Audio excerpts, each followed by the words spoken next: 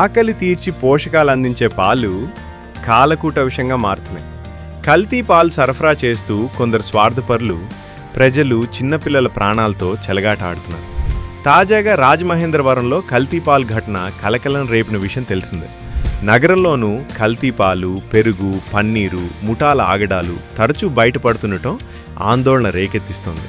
చిన్న పిల్లల నుంచి పెద్దల వరకు నిత్యం తాగే పాలు కల్తీలు జరుగుతుండటంతో ప్రజారోగ్యం గాల్లో దీపంగా మారుతోంది.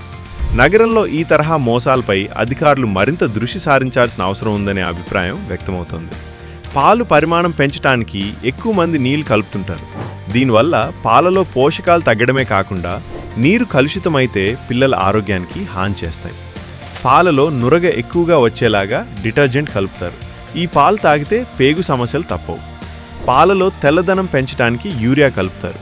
ఈ పాలతో మూత్రపిండాలు దెబ్బతినే ప్రమాదం ఉంది. పాలు చెడిపోకుండా హైడ్రోజన్ పెరాక్సైడ్ వంటి కలుపుతారు. వీటి వల్ల జీర్ణకోశ సమస్యలు, నోరు వాపు వస్తుంది.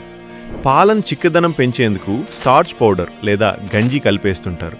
పాలలో ఎక్కువ మెత్తగా స్టార్చ్ కలిస్తే పెద్దవారికి ప్రభావం తక్కువగా కనిపించినా పిల్లలకు తీవ్రమైన సమస్యలు వస్తుంటాయి.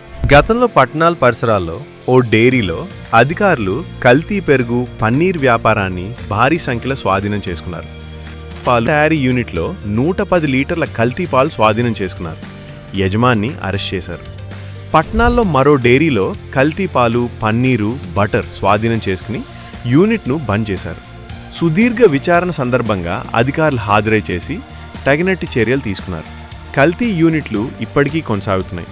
అధికారులు దృష్టి పెడితే కల్తీ పాలు గుట్టు రట్టయ్యే అవకాశం ఉంది. ఇంట్లోనే కల్తీ పాలు గుర్తించేందుకు నిపుణులు సూచిస్తున్నారు. కల్తీ గుర్తించాలంటే పాలు చిక్కగా కనిపిస్తే ఉపరితలంపై ఫోమ్ చూస్తారు. స్వచ్ఛమైన పాలు నెమ్మదిగా కదులుతూ తెల్ల గీతలా మారతాయి. ఎక్కువ నీరు కలిస్తే పాలు పల్లంపైపు వేగంగా ప్రవహిస్తాయి. లాక్టోమీటర్తో పాలు స్వచ్ఛతను పరీక్షించవచ్చు. డిటర్జెంట్ కల్తీని గుర్తించేందుకు పాలను ఓ సీసాలో తీసుకుని బాగా కుదిపితే దట్టమైన నురుగు వస్తే కల్తీ జరిగినట్లు అనుమానించాలి. పాలలో స్టార్చ్ ఉంటే తెలుసుకోవాలంటే కొద్దిగా పాలు పాత్రలోకి తీసుకుని అందులో 2 నుంచి 3 చుక్కల అయోడిన్ ద్రావణాన్ని వేయాలి. పాలు నీలం రంగులోకి మారితే గంజి కలిసినట్టు భావించాలి.